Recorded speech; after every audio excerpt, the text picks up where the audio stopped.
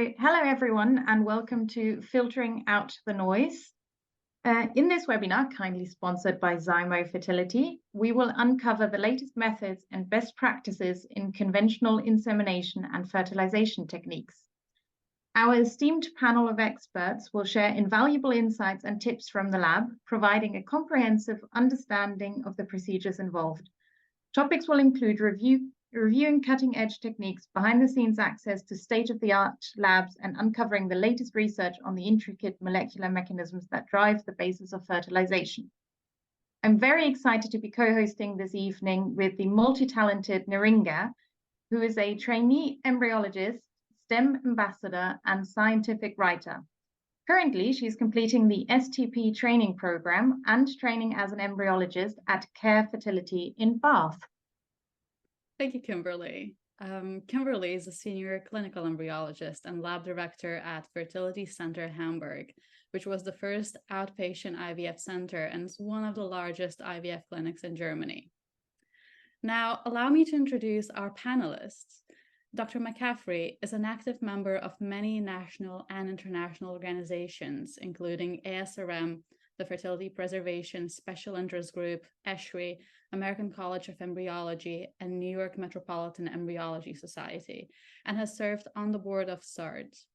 Dr. McCaffrey has presented at national and international meetings, as well as authored and co-authored many peer-reviewed publications, including several book chapters on various topics related to IVF. Our second panelist, Professor Gianpiero Palermo, is a renowned figure in the field of reproductive medicine and andrology. He is the developer of the revolutionary intracytoplasmic sperm injection procedure in 1991. Professor Palermo is the director of assisted fertilization and andrology at the Center of Reproductive Medicine and Infertility, and an associate professor at the Well Medical College of Cornell University. But let's hear from Dr. McCaffrey.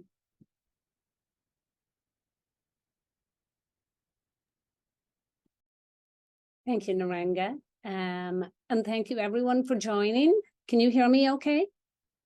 Yeah, we can. Great. So I have the pleasure of introducing this very interesting topic. Again, I just want to make sure that you can see my screen. You can see? Yes, we can. Okay. Sorry, just back. So I'm introducing this topic of fertilization, what matters, and filtering out the noise to the speakers who I'm really excited to hear what they have to say. So I won't take up much of the time, but I just wanted to introduce the topic. And I think, you know, basically what we're all aiming to do is to find, get a really successful outcome in choosing the right sperm and the right egg, so that hopefully we create a beautiful embryo, which eventually becomes a live birth for our patients. So the question is, how do we do that? So at NYU, where I've worked for the last 20 plus years, we have always tried to practice where we choose patients to do ICSI for those male factor patients rather than do it across the board. So our use of ICSI has been lower than the national average at all times. And, you know, we strive to constantly try and find ways to identify the patients that need ICSI versus those that can benefit from ICSI. So we feel that, you know, it really is the lab responsibility to find out, you know, how to identify the best cells, how to handle the samples in the lab to ensure integrity is preserved as much as possible, and how to ensure best practices in the lab from a safety as well as medical point of view. And lab practices certainly differ across the world and across the country. Many labs rely heavily on ICSI, and in those cases, you don't need a high number of sperm, but you certainly want to choose the best sperm to use. The debate on INSEM versus ICSI is a constant debate. Again, using an invasive procedure for insemination versus eliminating or at least reducing as much as possible the chance of a failed fertilization. However, despite this ongoing debate, it's clear that the incidence of ICSI for non-male factor diagnosis is increasing across the USA and the world, even at this point. So as we strive to identify and find the best sperm to use for insemination or for ICSI, there are a variety of ways to process the sperm, and I'm just listing the main ones here that we're all familiar with: gradient layer and centrifugation, simple wash if there's very few sperm available, swim up if you have a very good sample and progressive motile sperm, and then more in recent years, the separation devices, for instance, the Zymot, which we've all become very familiar with. We use extensively now. Again, our procedures, this is just a very brief summary of our results at NYU. We use Zymot very extensively now for sperm separation. We've used it for selecting sperm for ICSI for about the last 2 years, almost exclusively. And now for insemination for the past year, we've moved to using Zymot and swim up mostly for separating sperm. So I just summarized here the results from our Zymot preparation for conventional insemination cases, and just to give you an idea, we like it because we end up with a very high percentage of motile cells in the final prep.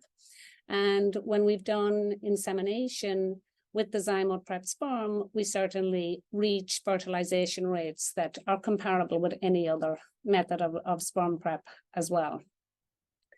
So, as I said, we pretty much have adopted using the Zymot separation device in our lab for samples definitely for ICSI, and a lot of it now for insemination.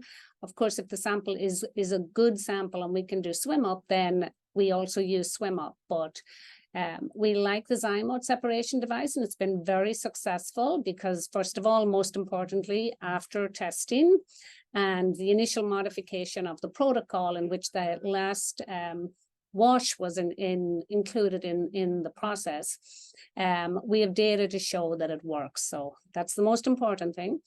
It's certainly, once you get used to it, it's very simple to use. The final specimen is very clean with a high % of motile cells obtained.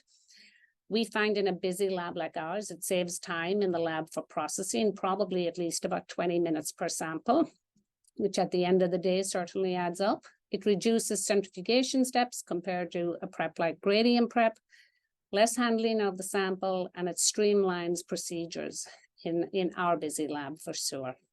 So, and that's pretty much the introduction. I'm excited to hear the rest of the speakers and to learn more today and how we can improve. But thank you for allowing me to speak and to introduce the topic. Thank you very much, Caroline. That was an amazing overview. Thank you.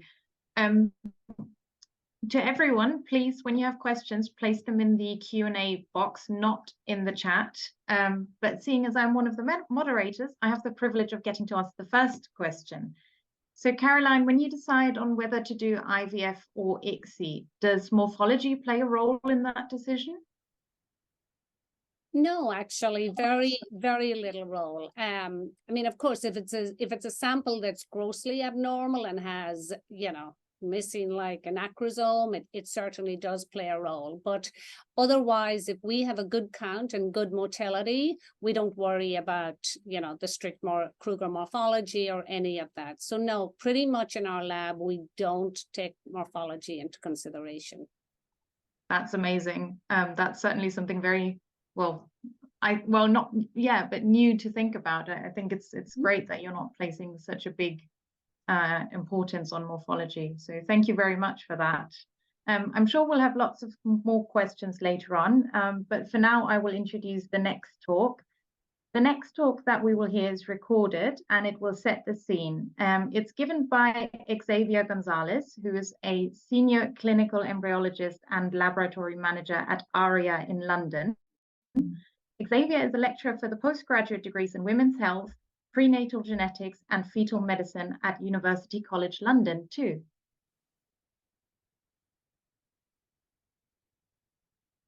Thank you so much for inviting me tonight. Good evening, everyone. My name is Xavier, and today I will be sharing my experience on improvements in the context of sperm preparation. Improvement is a word that resonates with all of us, whether it's about streamlining a process, achieving greater efficiency, or ultimately attaining better outcomes. So just before we start, a quick word about myself. I'm a senior embryology and lab manager currently working in London, and I'm also a PhD researcher at University College London. At ARIA, in our laboratories, we are highly dedicated to research and development, constantly integrating new technologies into our workflow.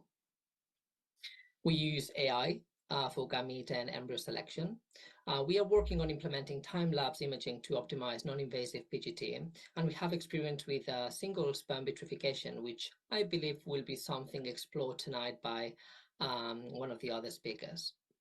In collaboration with UCL, we continue to run a global database where we are looking into patient perspectives and clinical outcomes of new non-euploid embryo transfers.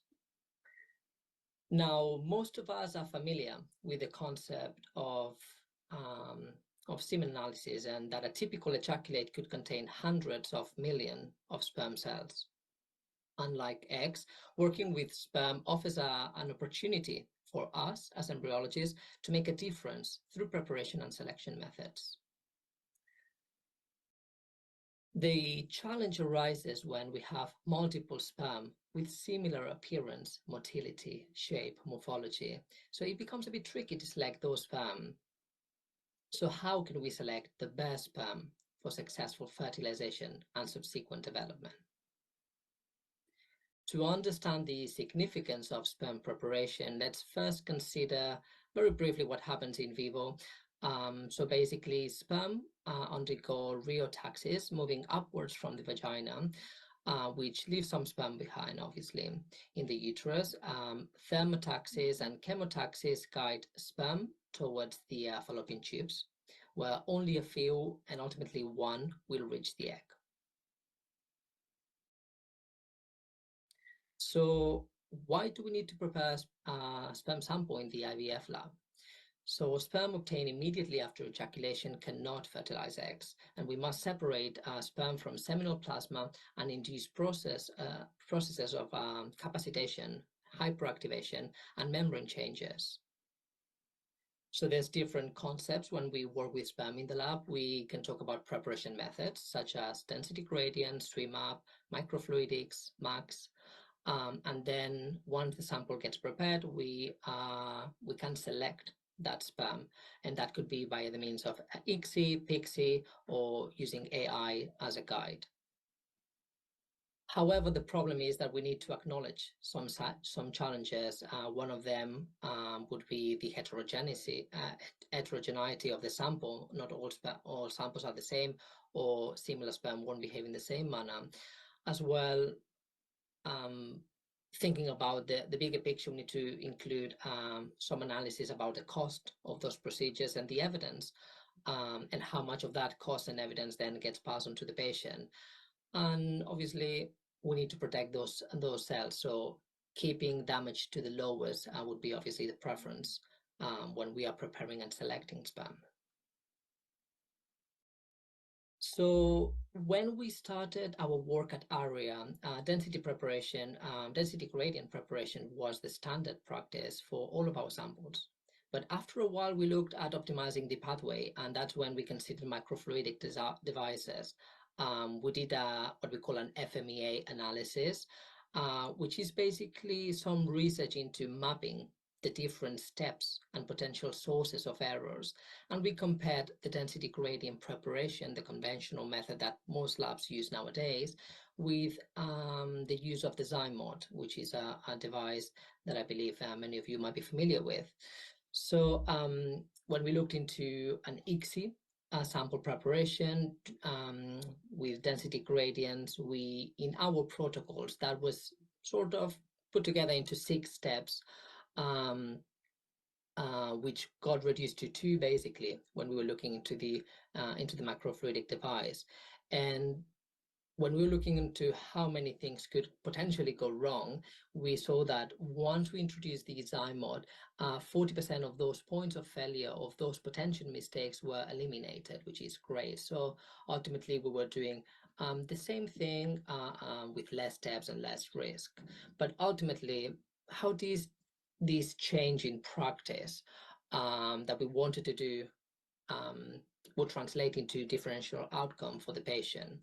So as I said, this is going to be some internal unpublished data, but just to give some context. So before using the Zymod, we're using density gradients. And here in this table, I'm comparing some laboratory KPIs, and I'm looking at before Zymod, when we started doing the Zymod with a protocol of 30 minutes incubation, and then a protocol that we adapted of 10 minutes incubation. And these, I'm looking just at ICSI samples. Just for everyone to get an idea, this is around 1,200 cycles worth of data, where 50% of them were ICSI. So we saw consistent KPIs when it comes to ICSI for senior embryology. So we saw same number of fertilization, blastulation, and utilization. And the numbers were not big enough for us to see statistically significances. But it was nice to see that even if we were changing the protocol of preparing sperm sample, the outcome was not compromised when it came to number of embryos that the patient would generate at the end of the cycle. So obviously, we wanted to look in a little bit more in depth, and since there's a lot of information about Zymod and improving that health of the sperm, we were interested into looking into the PGT cohort. So when we were doing genetic testing, are we getting more embryos that are genetically normal? And the graph here that you see at the bottom left, you can see the different age groups, and we see in 3 different colors the different preparation methods. And we could see perhaps some marginal gains in terms of euploidy rate across all groups. The non-statistically significant, probably due to the sample size, but sometimes it's nice to see a trend to start with. And obviously, we might be getting slightly, perhaps 1 euploid embryo more for some age groups, but how does that euploid embryo behave when we transfer? What's that clinical pregnancy rate? So we saw that across the 3 protocols, the performance of that euploid embryo was not compromised. So ultimately, what we decided is to change our practice of, for ICSI samples, we would just do 10 minutes in the Zymod and then recover the supernatant. With conventional IVF, we do use the Zymod, and we use a protocol of 30 minutes just to make sure that there's enough sperm going through the membrane, and then 5-minute wash. And then for IUIs, we do just a 30 minutes incubation. So it was quite positive to see consistent KPIs and some perhaps some trends in the PGT group. And the take home from this method is that we're doing the similar job with less steps, there's less risks, it standardizes the preparation, and it really does save time on a daily basis without compromising the outcome. So just a bit of an introduction of what's to come in the following slides. Just to give an overview that at ARVI we offer like a male fertility assessment where we do look at semen concentration, motility, and morphology as standard semen analysis, which includes then DNA fragmentation and hyaluronan binding. And based on that, we decide what treatment the patient would have. So if everything comes up normal, conventional IVF would be the desired insemination technique. We run a culture as well on the sample, and if that was to be positive or there's something growing there that is resistant to the antibiotic that the culture media has, we would then do ICSI. And of course, in cases of male factor, we would be considering a single sperm vitrification if we really have a severe cryptozoospermia, and do ICSI afterwards. when there's high DNA fragmentation or the maturity of the sperm falls outside the desired range, we would do ICSI or PIMSI, which is a combination of PICSI and IMSI, especially in those patients that have a history of miscarriage. And a brief note on single sperm vitrification. It's a technique that we have consolidated internally. Our internal data in terms of recovery and motility, we would expect to see up to 96% of the recovery rate. So we would tend to find the sperm that we freeze in these single drops, and then almost half of them, or just below half of them, would still be motile after these single sperm freeze.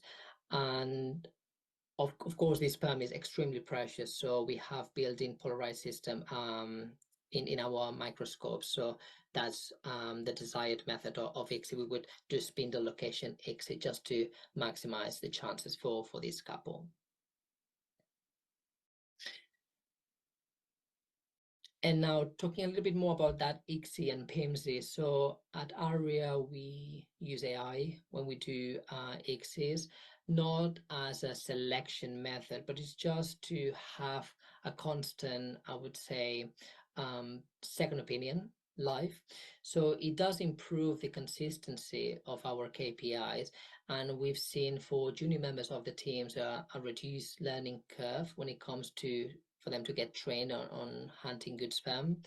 And the software that we use specifically, you might be familiar with, is provided by IVF 2.0. It's called the SID, and we use that quite a lot for a research and development perspective. I will be sharing a couple of projects that will help you understand what are we doing internally here with AI and ICSI. When it comes to PIMSI, we probably don't do much of it. I would say it would fall around less than 5% of our patients. So, and the idea of PIMSI is that those sperm that show the ability to bind the hyaluronan, in theory, is supposed to be of higher competence, perhaps more mature, better genetic integrity. And interestingly, we combine in our male fertility assessment the DNA fragmentation and the HBA binding test together, because there's a really nice paper 2016 showing that almost half of the infertile male that show normal DNA fragmentation, the HBA testing was off from the threshold. So we thought it was important to always consider these two tests together. And then PIMSI comes from combining these PICSI and IMSI as both independently have provided some evidence of reducing the chances of miscarriage. So just a note on the using artificial intelligence to assess this single this sperm that we will be selecting by ICSI. We collaborated with a multicentric study run by IVF 2.0, and the data was presented at ESHRE 2022. And this was a really interesting study where we were independently selecting the sperm with the software running on the background, but we were not selecting based on the software. And we saw that different clinics across the globe, we all select sperm in a different way. So there was not much consistent. There was some partial consistency, but it was not exactly 100%, even if we compare senior with senior embryologists. So there were some parameters that were associated with higher fertilization and blastulation. But it was very interesting to see that a program such as this could standardize a technique where we all think that we're selecting the sperm the best way. So, and now thinking back into these AI sperm selection, is that sort of the golden grail is going to be the ultimate selection. So we wanted to see whether the selection itself was similar when we were selecting sperm ourselves and embryologists. We did a group of selecting sperm, the embryologists, a negative selection group of sperm that we would never select. And then we selected sperm based on the AI. And we wanted to see whether these sperm selected in these three different categories show higher proportion of hyaluronan binding, so we want to see if who was better at selecting mature sperm, even if that's something that visually you cannot say that property. So interesting data that we saw is that, as expected, the seed scoring, which is the AI software, was very similar to the selection that the embryologists would do for ICSI. It is a system that, after all, is trained by embryologists, so we would expect to see similarity. So in this graph, you would be able to see on the left vertical, you'll see all the motility parameters that the software would be registering and analyzing. And in different colors in the graph, you would see the embryologist positive selection. So that sperm that the embryologist would choose for an ICSI, the sperm that would not be chosen, and ultimately the sperm that the seed software would be selecting as A, top quality. So yeah, we can really see an alignment of embryologist positive selection and the seed. The thing is that when then we said, okay, let's analyze the ones that pass and fail the test in terms of do they show binding properties or not, we saw that there was no motility parameter analyzed by the seed that was very differential between that sperm that would show binding from the one that did not. And this is irrespective of the selection group, irrespective if it was selected by the embryologist, positive selection, negative selection, or by the seed. And overall, what we saw in this very pilot study was that the embryologist selection was resulting in at a higher percentage of mature sperm selected. And this could be for many reasons, but the one that perhaps was more obvious is that the seed, the software version that we were using at that time, did not include morphology parameters, so which is something that the embryologist would look beyond the motility parameters. So these results are using seed version 1. I believe now it's there's a second version from the seed, so it would be interesting to look into the data again and see if there will be any differences when it came to selecting sperm that were mature as per the binding test. So of course, we're doing all these things in the lab, and we need to make the patients aware that we are doing these things, because it's ultimately about patient experience. We're here, our work is all for the patients. So how we envision this route would be, there's a phase of visible to the patient. For example, the patient comes into the production room using their fingerprint, they can identify themselves. And of course, at the end of the process, what the patient sees is the success rate, and that might be increased number of euploid embryos. It could be increased clinical pregnancy rate or live birth rate. But the patient needs to as well understand that in the lab we're doing something different. So when we get the samples, we get a CASA system that would analyze the sperm automatically, and we will have the zymote preparation that would bring standardization and consistent preparation method. And then once that sperm gets prepared, then we go into selection, and the patient is at ease that we're using that AI as a second opinion consistently. And we make that decision on doing PIMSI based on really the evidence on the sample on the day, where we would be running a hyaluronan binding test as well. So it gives an idea that to the patient that even if we're doing every day the same thing, we're looking into all the little puzzles, all the pieces from the puzzle, which enhance patient experience ultimately. So in closing, we recognize that IVF is a dynamic and ever-evolving field. Digitization has firmly established its place in our daily practice, and it's here to stay. Moreover, automation in IVF is not just on the horizon, it's imminent, promising further advancements in precision, consistency, and efficiency are just around the corner. And in this era of constant progress, let's us also be mindful of our environmental impact. As we embrace automation and digitization, it's essential to consider greener options and sustainable practices.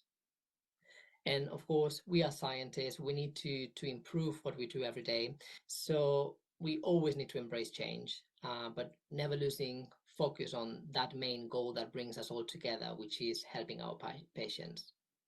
Thank you so much for listening.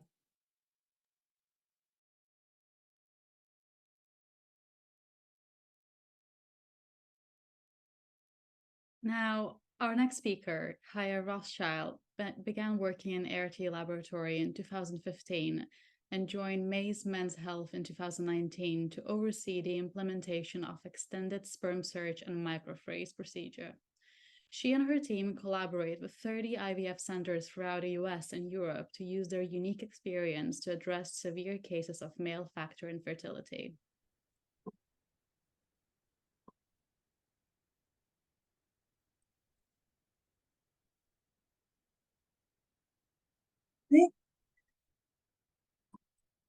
Hi, everyone.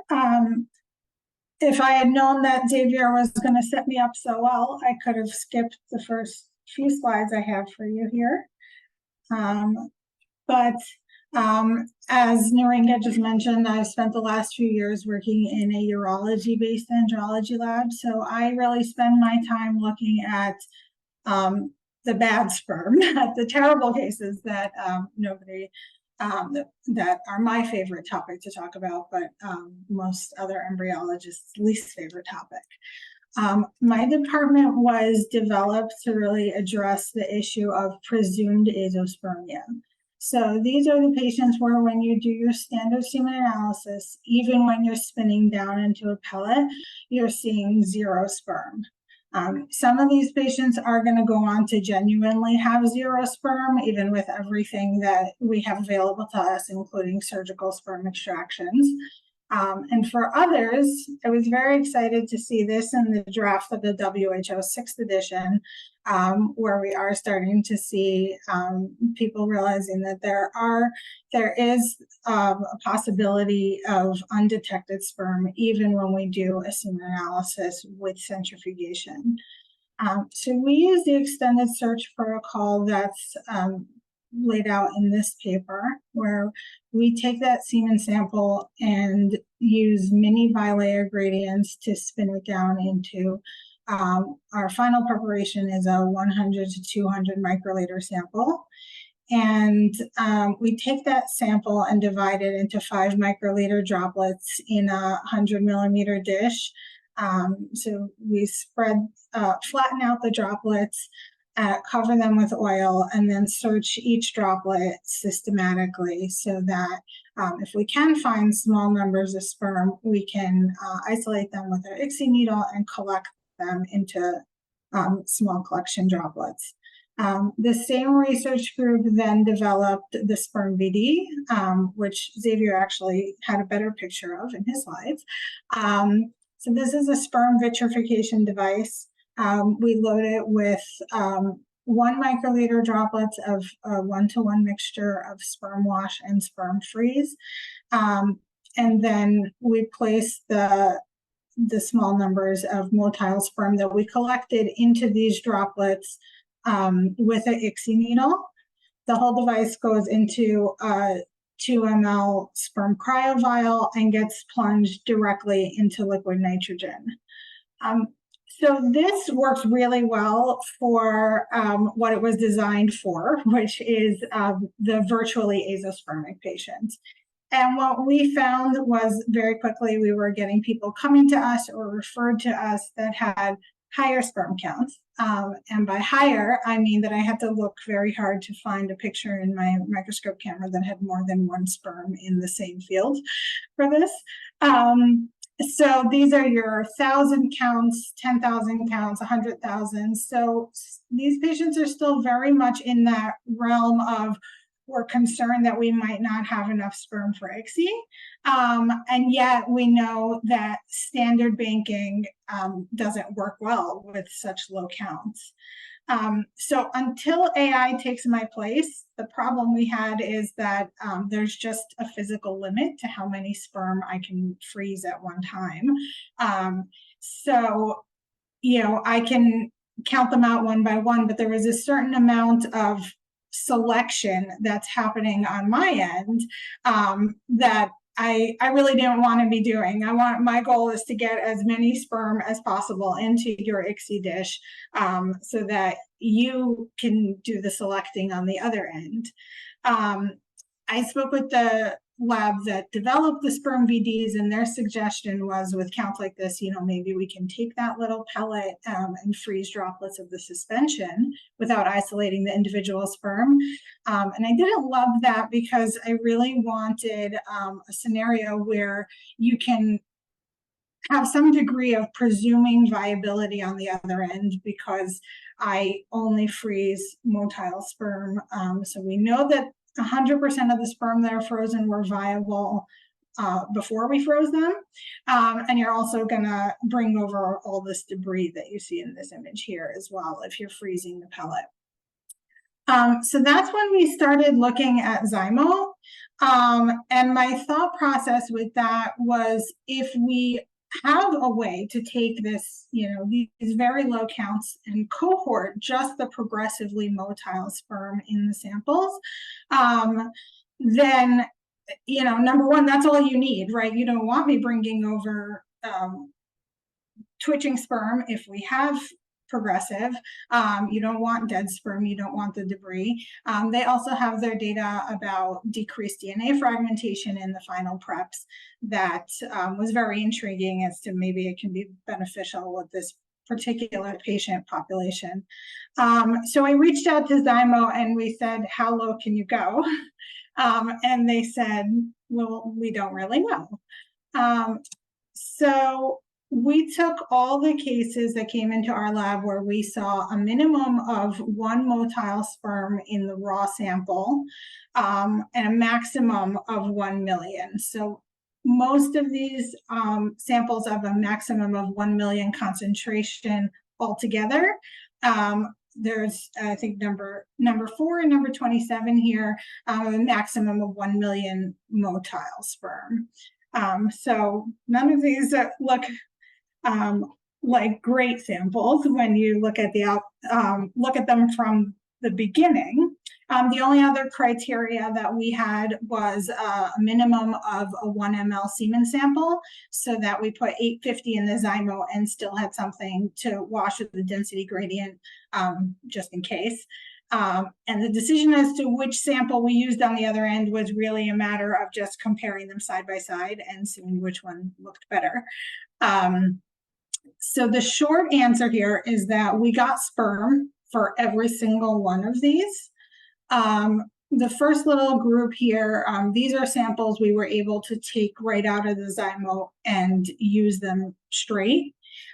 We very quickly saw that some of these samples were getting back into that range of, we would have to do our whole extended search in order to find enough sperm to do ICSI. So we borrowed the conventional insemination spin. So we take that 0.5 ml sample you get out of your Zymo, and we spin it for 5 minutes at 300 G and take it down to 0.1. So we don't resuspend at that point. We use that final sample at 0.1. And then you can see the rest of these cases were, we were able to see detectable sperm just by looking at one droplet under the microscope. When we get down to this group over here, these samples, we did have to search through the entire 0.1 ml to collect enough sperm to do ICSI. But we did get them. This last group down here, these 3 were the only samples where we ended up using the gradient instead of the Zymo. And nothing stands out to me particularly about them. What happened was that we didn't see motile sperm on the other end, which seems like it is most likely some sort of laboratory factor, because I would have expected to see 0 sperm if they weren't moving through the Zymo. My suspicion is that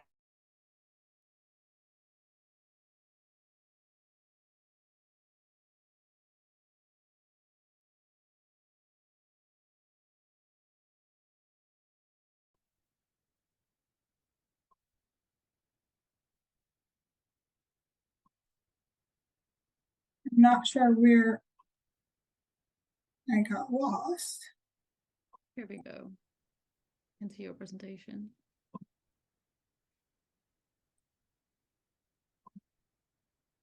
I'm not sure where you lost me. Yeah.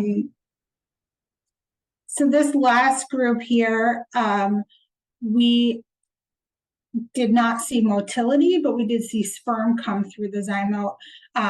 What we suspect is that we typically handle our sperm samples at room temperature, but the zygote protocol is 37 degrees. And we think that working with these poor quality samples, they weren't happy with that temperature fluctuation. So that's something we're going to be looking into making a change. But most of these samples we did freeze on the sperm VDs, but I do have some outcomes here of samples that I know were used for IVF, for ICSI.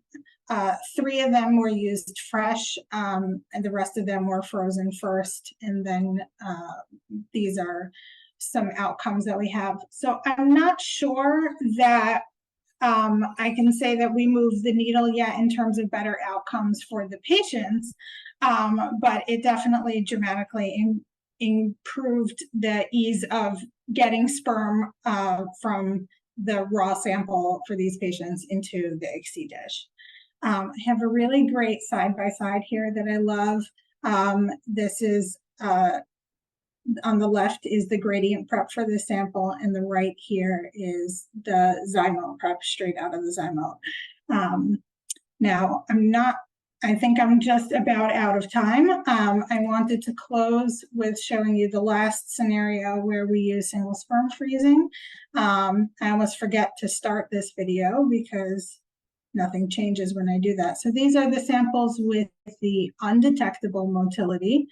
And if you keep your eye on this little guy over here, there he goes. Okay. So these are the samples where, we do still have to do manually to find the rare motile sperm and freeze them for you. So,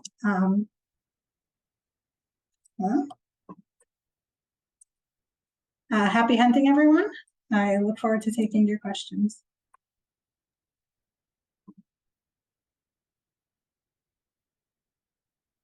Thank you very much. That was really fascinating. I have a question to start you off. So when loading the sperm vitrification device, what is the maximum amount of time that I should spend looking for motile sperm before loading it? So what's the time frame? So that's a great question because we don't use time as our factor. I think a really important part of how we search is that gradient prep, and the zygote does the same thing in that we use a really clean sample. So if I have a very dense debris field, I'll actually dilute it so that when I plate it in those droplets, it's very easy to see it, or I don't have cells on top of each other. And then we search from the beginning of the dish to the end of the dish. So the clearer the sample is, the quicker that is going to go, but we don't use how long as our factor. I'd say that a search can take us anywhere from 1 hour to 4 hours. Wow. Like I said, our favorite topic, most people's least favorite topic. Yeah, quite possibly, yes. Thank you very much. I'm sure there'll be lots of questions later on as well, but for now, I'm going to move this along and introduce our next speaker. Debbie Montjean received her doctoral degree at the University of Paris and then completed a master's degree in physiology and physiopathology with a specialization in reproductive and developmental biology. Her PhD research project dealt with genetic and epigenetic anomalies associated with male infertility. Dr. Debbie Montjean worked during 9 years as a clinical and research embryologist in France, and she's currently working in an IVF laboratory as the lab director at Fertility Clinic in Canada. Thank you very much, Kimberly, for this introduction. Can you see my slides? Yeah, probably. Yes, we can. Yeah, it's all good. I'm very excited to be there today, and thank you for pronouncing my name so nicely. It's rare. So my talk is entitled "À la recherche du spermatozoïde parfait," which in French means looking for the perfect sperm. So French is in French because French is my first language. And I'd like to thank the I3 initiative for having me again here today in this very interesting discussion. So I will firstly start with a fact that I'm sure that you will all agree on, is that as embryologists, we put a lot of effort in looking for the perfect sperm to perform the fertilization. So to pursue this goal in our lab, we took the decision to use microfluidics for all sperm prep for ICSI, because we do believe in microfluidics for the reason that were already discussed, so I wouldn't go into that. And then last year, we had access to artificial intelligence in our lab. So we have implemented SEED, that is an automated sperm selection system that that was mentioned earlier in our lab. And we were wondering whether SEED could help us to take sperm selection like a step forward, to have a better selection with SEED. So to combine SEED and Zymote, whether it will help us to increase our lab outcomes. So here's a short video on how SEED works. So basically, you just need to point the center of the field with the ICSI pipette, and then the system will scan the field and flag you the different sperm based on the different motility parameters, the different sperms that you could select, rank them from A to C, and from good to best quality sperm. So to assess whether SEED would help us to better select the sperm, we decided to design a small trial in our lab where we divided the oocyte cohorts that we had for ICSI into 2 arms. So we just split the cohorts. At the moment we have more than 500 oocytes in our trial. 249 of them were injected with the traditional way with the human eye. So Zymote was used for the sperm prep, and then the sperm that was selected for the ICSI was selected by the embryologist, and 257 of the oocytes sibling oocytes were injected using SEED system. And then we tracked our lab outcomes based on Vienna consensus. We track these outcomes and we compare them based on the experience of the embryologist that did the ICSI. And in our lab, we also have time-lapse, which enable us to track all the morphokinetics parameters of the embryos that were derived from this oocyte injected in both groups. So here are the results of our study. If we start with the lab outcomes, we've looked at many outcomes, but I didn't put them all in the presentation just to make sure everybody could read the slides properly. So we've looked at the fertilization rate, cleavage, the day 2 development rate, day 2 embryo quality, day 3 embryo quality, blastocyst formation. And although there's a trend towards better results using SEED, that SEED is in orange here, and the traditional ICSI with the human eye is in blue. We saw a trend towards better results with using SEED, but we didn't see at the moment any significant difference, statistically significant difference. Then we looked at the same outcome based on the experience of the embryologist. So in our lab, we consider embryologists senior when they have more than 5 years of experience doing ICSI. So when a senior embryologist does the ICSI, we did not really see any difference in terms of fertilization rates, day 3 embryo development, and blastocyst rate. But there is clearly a trend toward better results using SEED when the embryologist who performed the ICSI is a junior embryologist, so less than 5 years ICSI experience. As I told you, we have time lapse, so we were able to annotate all the time points of the development, the embryo development, and we've divided the time points into 2 different groups. So the events that are related to the fertilization, namely the second polar body exclusion, the cytoplasmic wave, PN appearance, and PN disappearance. So all these were tracked. We didn't see any difference between the oocytes that were injected with sperm selected by seed as compared to the human selection. We did see a small difference in terms of second polar body exclusion. We saw that when seed is used, the second polar body is excluded earlier than when seed is not used. And again, for all the events that happen after, we didn't see any difference in terms of morphokinetics when seed is used. Only for the first cleavage, the time to obtain 2 cells is shorter when seed is used, but we, at the moment, we're currently not able to explain this difference. And exactly the same results were obtained for the embryonic cycle when seed is used. So the conclusion of our small trial is that although we didn't see better results when seed is used, this was a good news because seed gave rise to similar outcomes in embryo morphokinetics, which indicate that it's effective in sperm selection, at least as effective as a senior embryologist. Seed could be used for, it could be very useful in the presence of less experienced lab member. And of course, it does help standardizing sperm selection. So with that, I'd like to thank you for your attention and thank the team who performed this small trial in our lab. Be happy to take the questions if you have any. Thank you very much.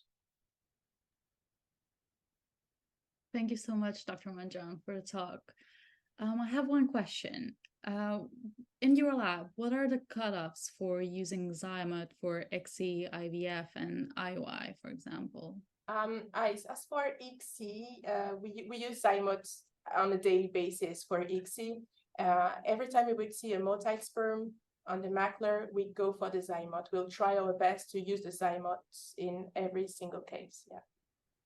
Yeah. Thank you. And our next speaker, Dr. Zuzana Holubcová, is a lecturer and principal investigator at the Faculty of Medicine, Maastricht University. Her research interests cover multiple aspects of human oocyte and embryo development, including embryonic stem cell biology. Let's hear from Dr. Holubcová. Hello, thanks for the introduction. It's my task and privilege to speak about molecular basis of fertilization process and what makes the perfect date between Mr. Sperm and Miss Egg. So the basic prerequisite for a successful date is to be at the right place at the right time. For ovulated egg, the place to meet her Mr. Charming is just the bar next door. But the sperm must take an epic journey to get to fertilization site.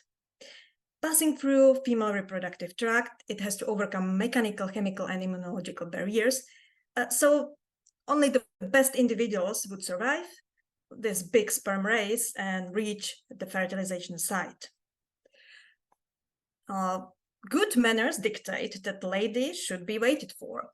So the sperm take the opportunity to chill out. They adhere to the epithelial cells in the oviduct, making a sperm reservoir. This deposition extends sperm viability until the oocyte arrives. It's estimated that human female reproductive tract is capable of keeping sperm fertilization competent for about a week. Presence of the egg activates the male gamete, which is deposited in sperm storage. To get out of the sperm of this deposition site and penetrate egg vestments, the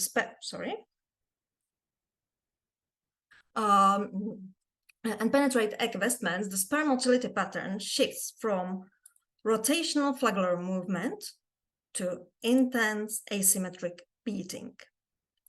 This transformation is called hyperactivation, and along with capacitation renders the sperm competent to fertilize the egg.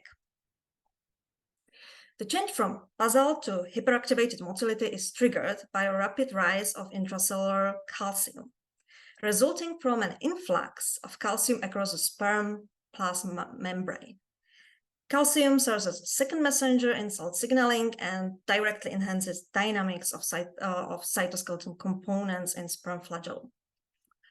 PET clamp technique, which you can see here, enables to study ion movements across membrane. And these recordings help to uncover a central role of Cat-Sperm channel in calcium signaling. Cat-Sperm is a pH-sensitive ion channel. Its expression is testis-specific and location is confined to surface of the sperm tail.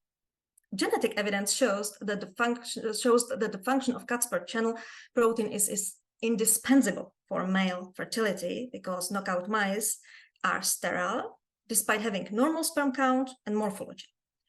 But their spermatozoa exhibit impaired motility and fail to penetrate zona pellucida. In humans, genetic lesions and altered expression profiles of Cat-Sperm genes have been clinically linked to astenospermia and male infertility.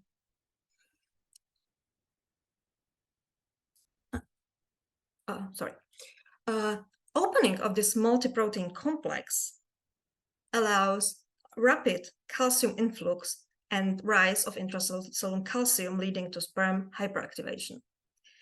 A conformational change of the blocker molecule, which you can see here at the pore of the Cat-Sperm channel, requires a rise of intracellular pH, which provides a molecular explanation for hyperactivation being primed by alkalic environment. Two simultaneously published top-ranked studies revealed an unprecedented role of sex hormone progesterone as an hyperactivation-inducing factor. This female steroid hormone, secreted by cumulus cells that surround the oocyte after ovulation, it's well known as a chemoattractant for mammalian spermatozoa. Nanomole concentrations of progesterone has been shown to dramatically potentiate hyperactivated flagellum movement of human spermatozoa in alkaline environment. Surprisingly, progesterone-induced hyperactivation doesn't involve slow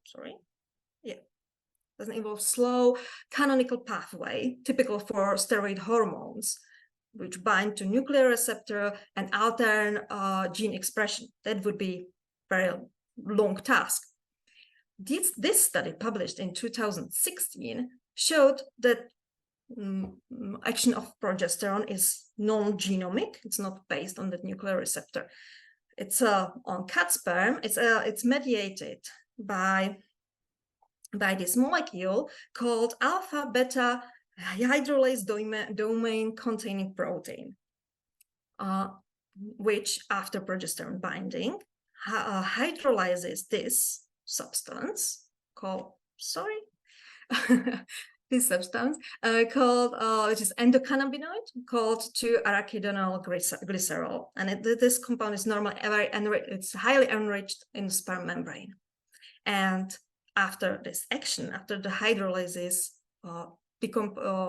removes arachidonyl glycerol from sperm membrane, leads to full opening of Cat-Sperm, which triggers sperm hyperactivation. However, it's not just progesterone which can interact with Cat-Sperm. It's a promiscuous channel, and number of compounds can interact with this channel. We've reviewed literature.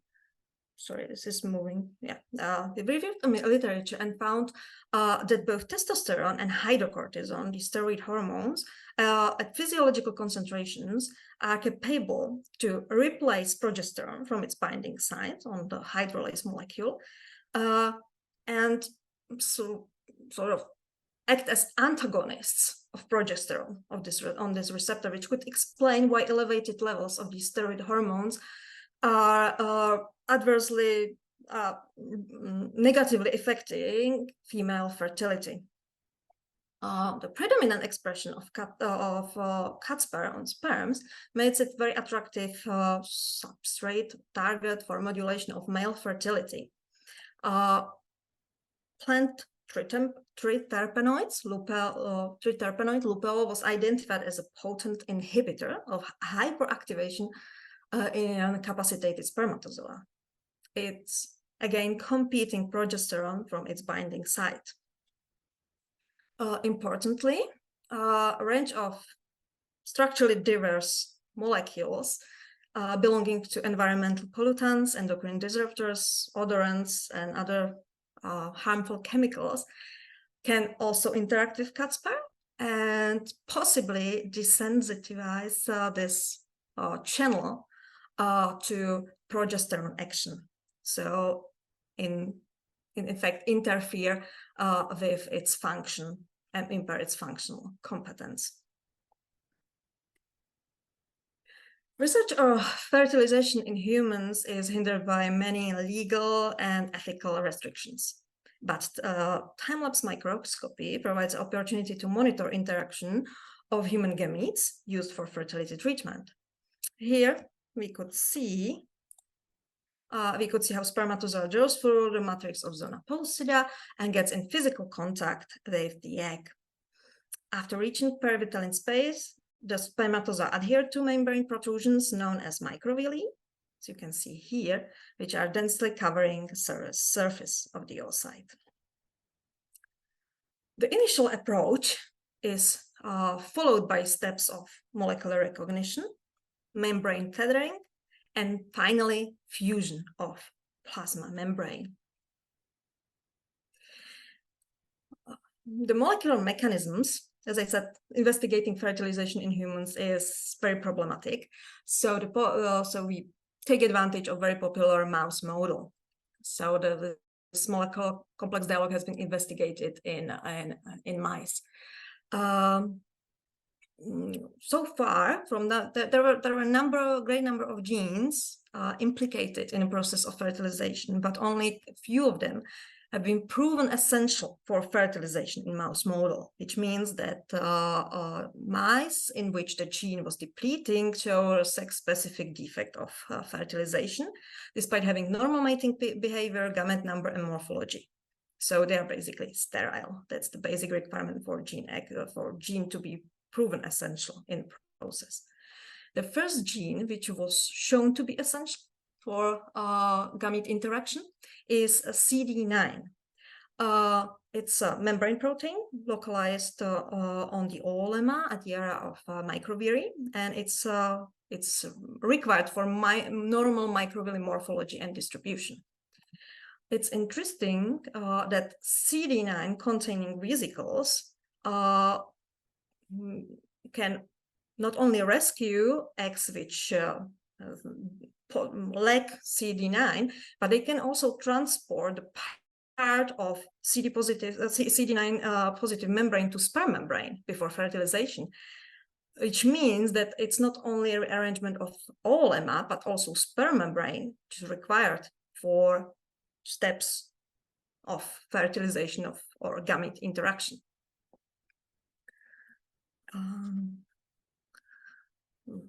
Besides CD9, another tetraspanin, which is a surface molecule called CD81, has been implicated in the fertilization process. It's also expressed on oocyte surface, and it associates with CD9. It's also incorporated into microvesicles, but it's a different population than CD9 positive vesicles.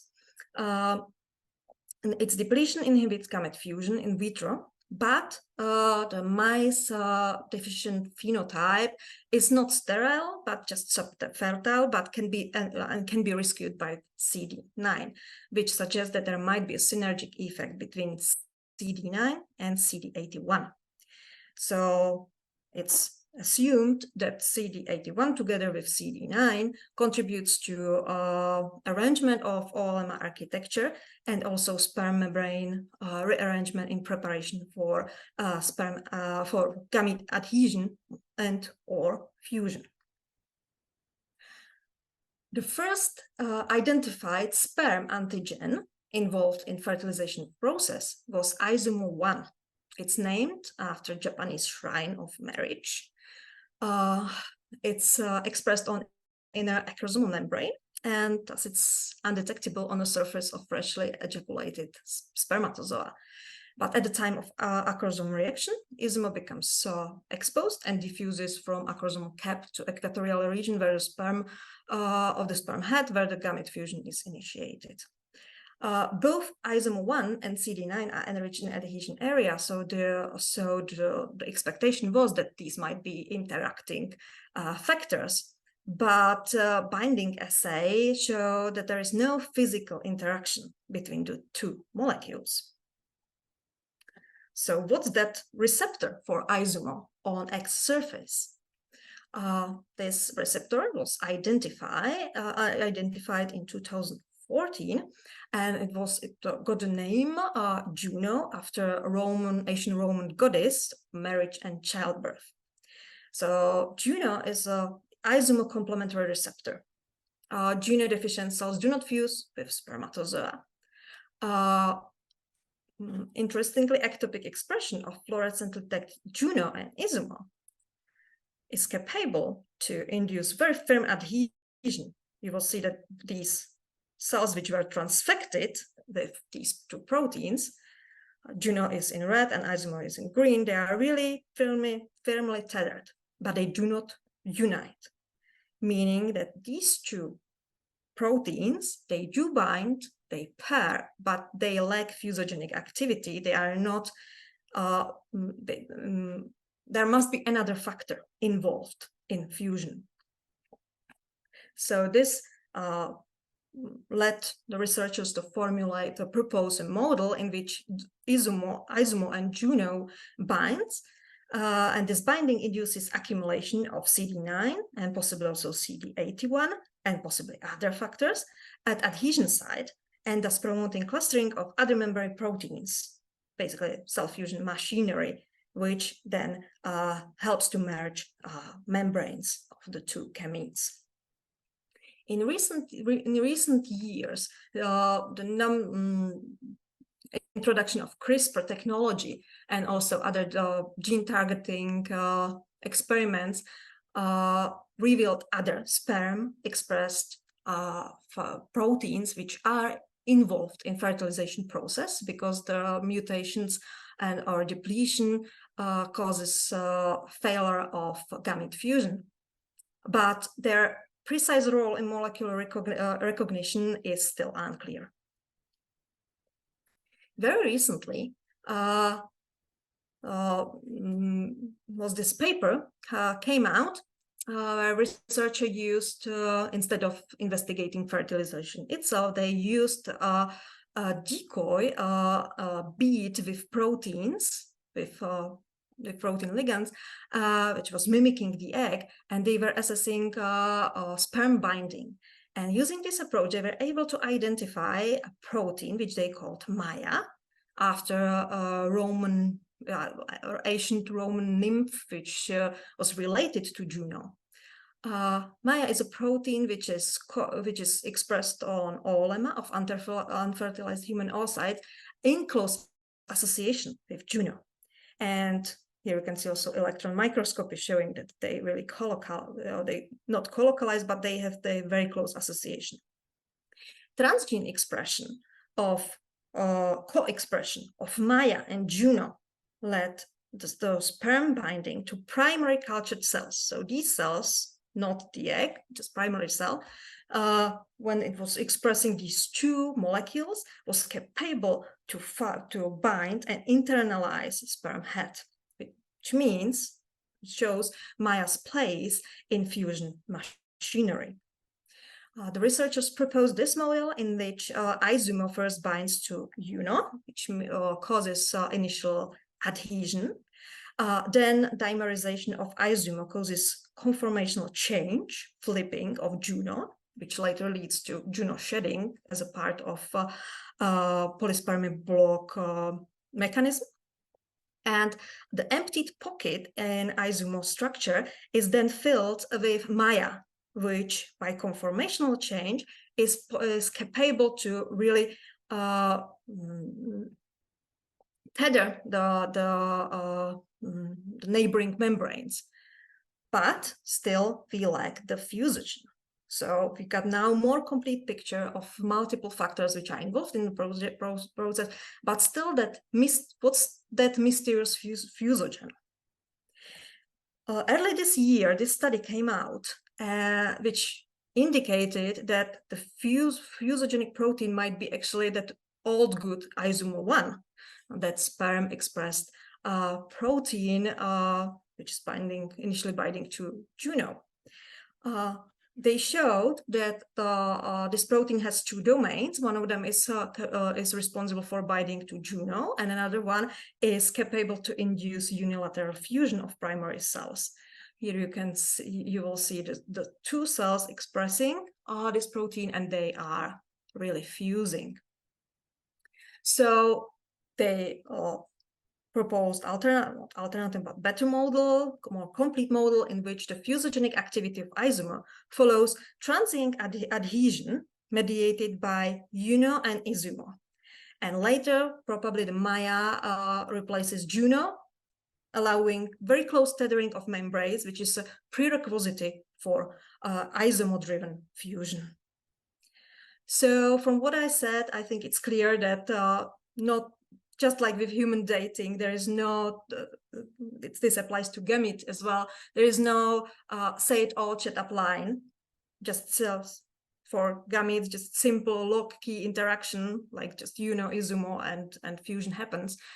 But instead, there is a very complex molecular dialogue involved in this process.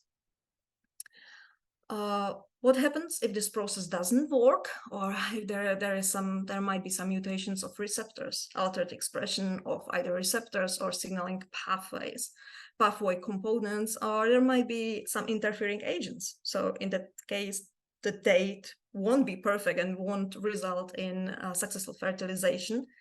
And in our real world, it might be underlying idiopathic infertility and IVF observed fertilization failure.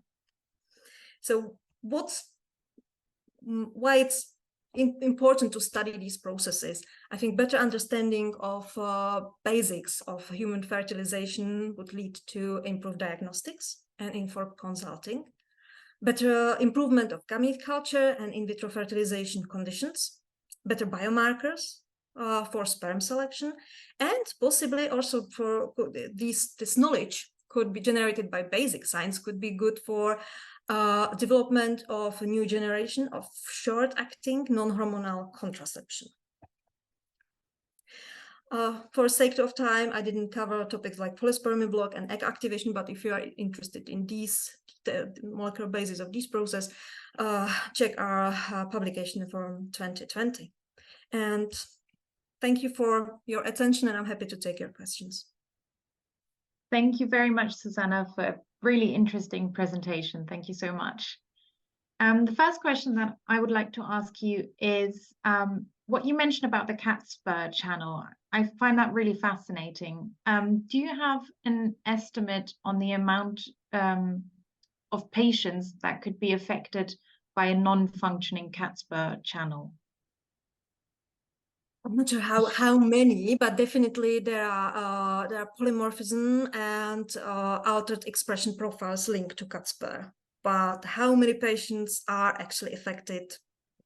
It would be just guessing. I do not have clue. Okay, yeah, thank you very much. And with that, we would like to start the question and answer session of our webinar. And the first question that I would like to ask is to our panelists, so Professor Palermo and Caroline. A lot of questions have been coming in about the Zymo device and how it's used and what it's compared to. And most of the studies out there compare the Zymo device to density gradient preparation.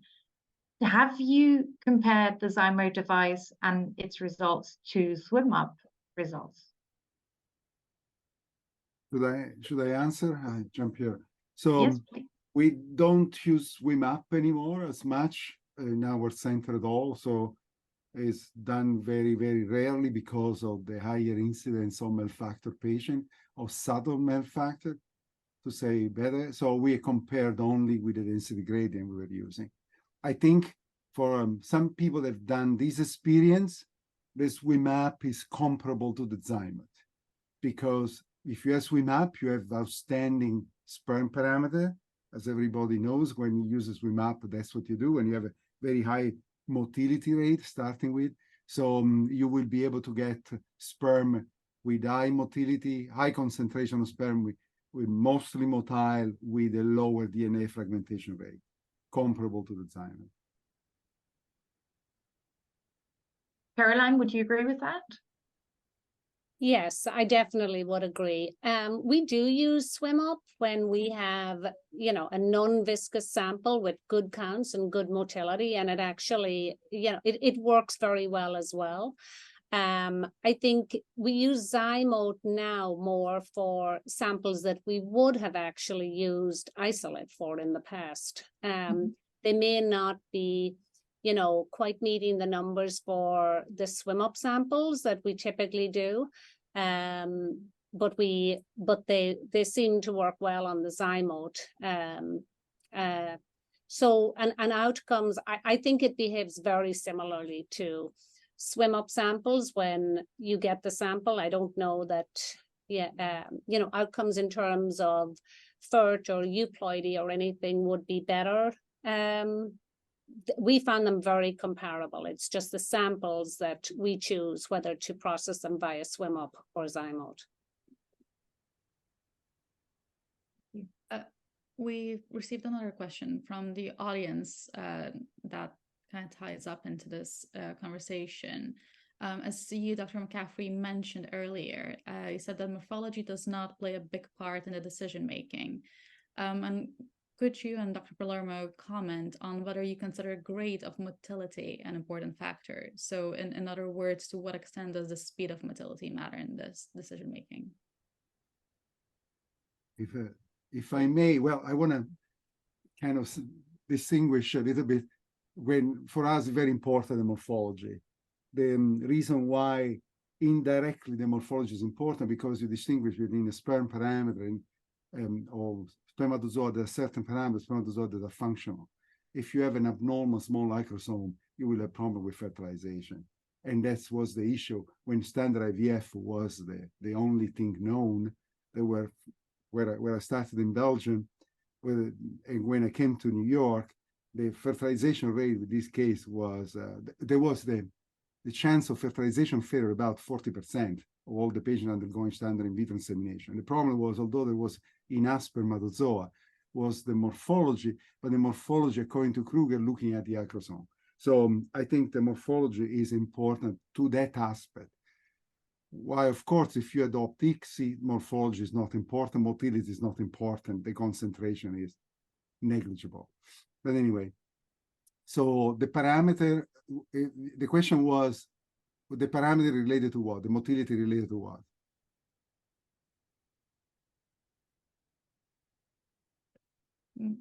Just the speed of motility. I mean, motility is key because the motility will tell you if the sperm is alive. So if you're searching for hours, like we heard the presentation before, where you search for many hours to identify the spermatozoa, the motility only important because it tells you that the sperm is alive. But if you have a sperm that is alive and is immotile, is as good. My humble opinion.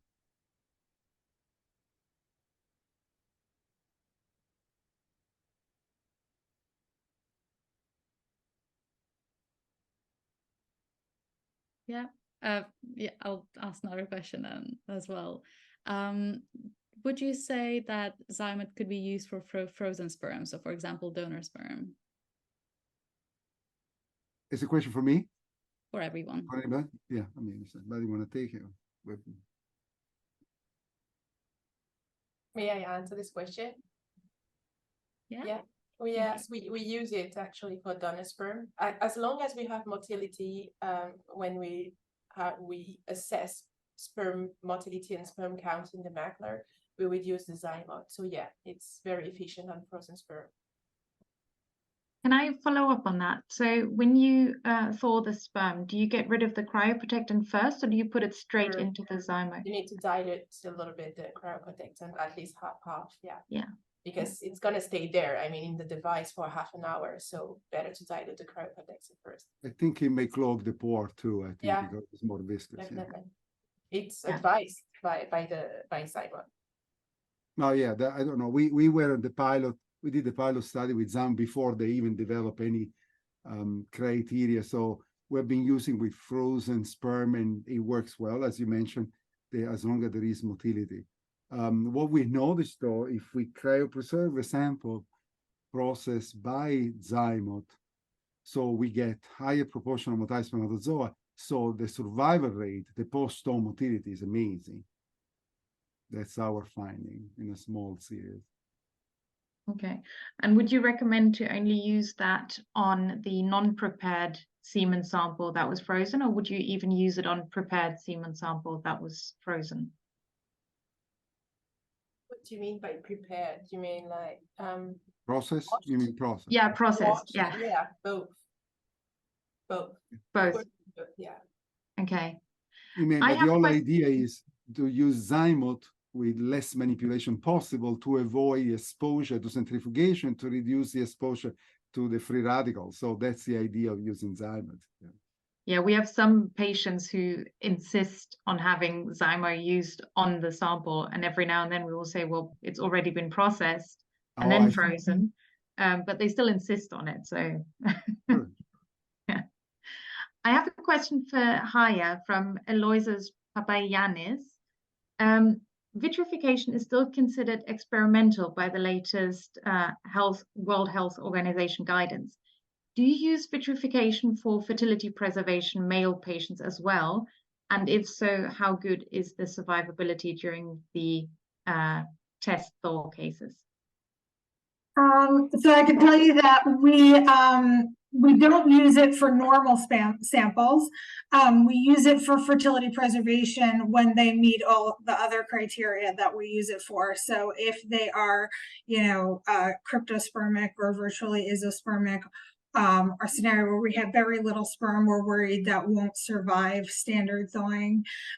So we have used it for trans patients and pre-chemotherapy if they meet those other criteria. I don't think we've been doing this for about 4 years. I don't think we've thawed any of those fertility preservation samples yet.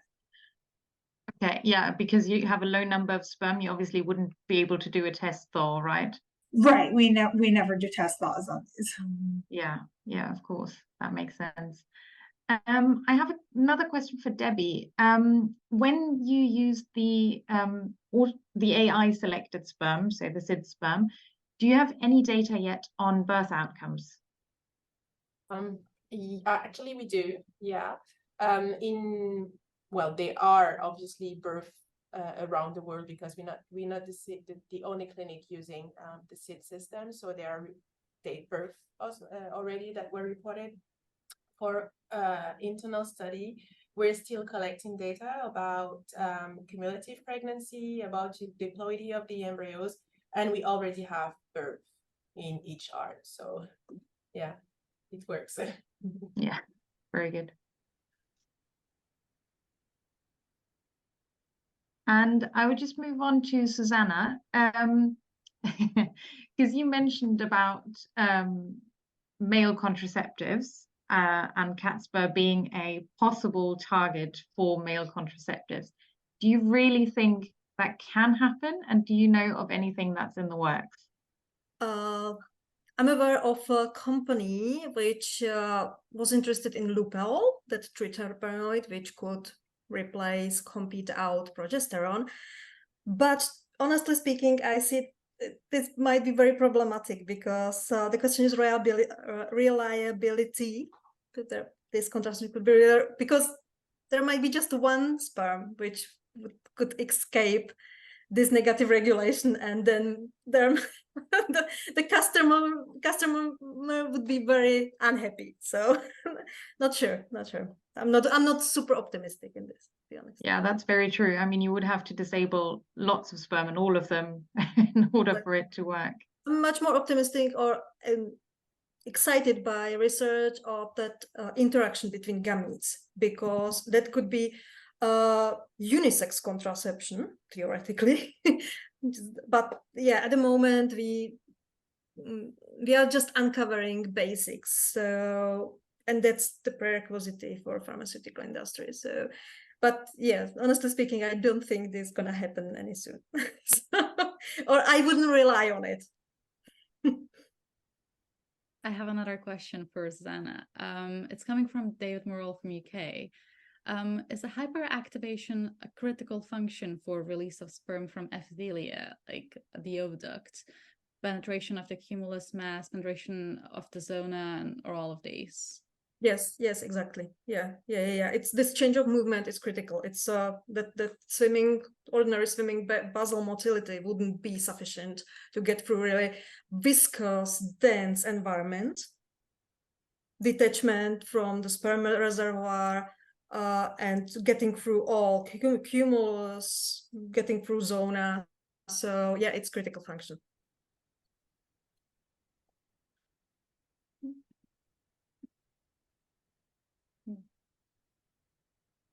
Sorry, Neringa, I think I lost you there for a second.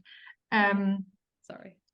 One question I would like to ask our entire panel, because it's a question that keeps coming up, and I think it's one of the main questions that I need to answer whenever anyone asks me about the Zymo device. And Chaya, I think you don't have to answer this one because I think you showed an excellent data set in your talk, but people keep asking about cutoff values. And I know, Chaya, you don't have any cutoff values. You demonstrated that quite impressively. But does anyone else have a cutoff value in their clinic, or is it just a trial and error and see if it works? When you say cutoff value, related to what? I'm not sure I understood.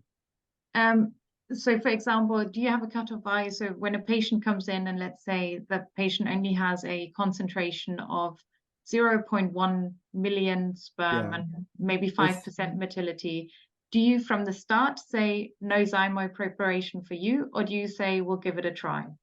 Yeah, we use Zymo regularly in our embryology laboratory, but for this particular case, we do it in a separate laboratory, which is the andrology lab, where my andrologists are trained for ICSI. We have different allocation of the personnel at Cornell. So what we do as long as we can retrieve some spermatozoa, we tell the patient and the physician, the REI, sorry, we're going to try, but we're not sure. I prepare the man to produce at least 2 or 3 samples. I want a very short abstinence. And then we'll process through the zymote. Then even if we don't see spermatozoa on the other end of the zymote, above the membrane, we make ICSI dishes at 5 or 8 microliter droplet, and we look at an inverted microscope. If we found some spermatozoa there, we will use for ICSI. So really it's unit of sperm. It's very hard to establish a concentration. But we'll use, as long as there is one sperm, we'll use it. Yeah, same as Chaya then, right? I do have to say though that the one thing we haven't tried yet is if I've seen 0 motile. 0 motile won't go to the zymote, obviously. We have the same policy here. And what we need to keep in mind is that not all the sample is going in the zymote, so that you can try, because it's only 0.8 that goes in the zymote. So if really you end up finding no sperm, then you can use the other fraction of sperm to do another sperm prep. So it's, to me, it's worth trying. Yeah, in that case, we use a centrifugation or to reduce, but if you get too crowded, then I can use more than one zymote chamber. Okay. It's costly, but then you have to work with the surface of the membrane and the concentration of the sperm. Yeah, that's a good point. And another question to Zuzana from Shakira Musa from Johannesburg. Can we then treat severe actinozoospermic patients with progesterone supplementation? It depends whether that osteospermy is caused by cut sperm mutation. If there is a defect in a channel, I wouldn't expect progesterone to be effective, because it's potentiates, it opens the channel, but it has to have normal structure, or close to normal expression. So if there is lack of this protein, I doubt progesterone would help. So it's, yeah, don't think this is. If I could make a comment, I used progesterone in my first paper when I was doing subzonal injection. It helps the process of capacitation of the spermatozoa. So if you have non-motile sperm, they are alive, you facilitate the process of capacitation with progesterone. Really, it works on the membrane, but it won't resume the motility, for example. And most of the problem we have with motility, when there is motility, the problem with the cilia dyskinesis, primary cilia dyskinesis. Yeah, that's what the recurrent phenomenon we have. Yeah, very interesting. One final question to Chaya. Have you considered using any other vitrification devices other than the sperm vitrification device? So have you looked at using normal straws, for example? This is kind of a dream of mine. As I said, I think it works very well for what it was designed for, and I love it for single sperm.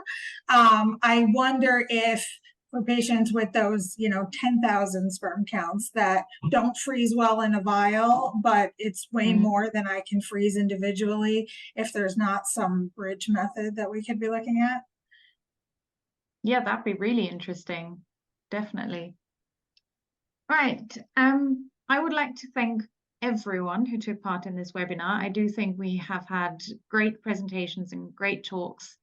I would love to thank my co-host Neringa and of course our expert panelists, Professor Palermo and Dr. Caroline McCaffrey.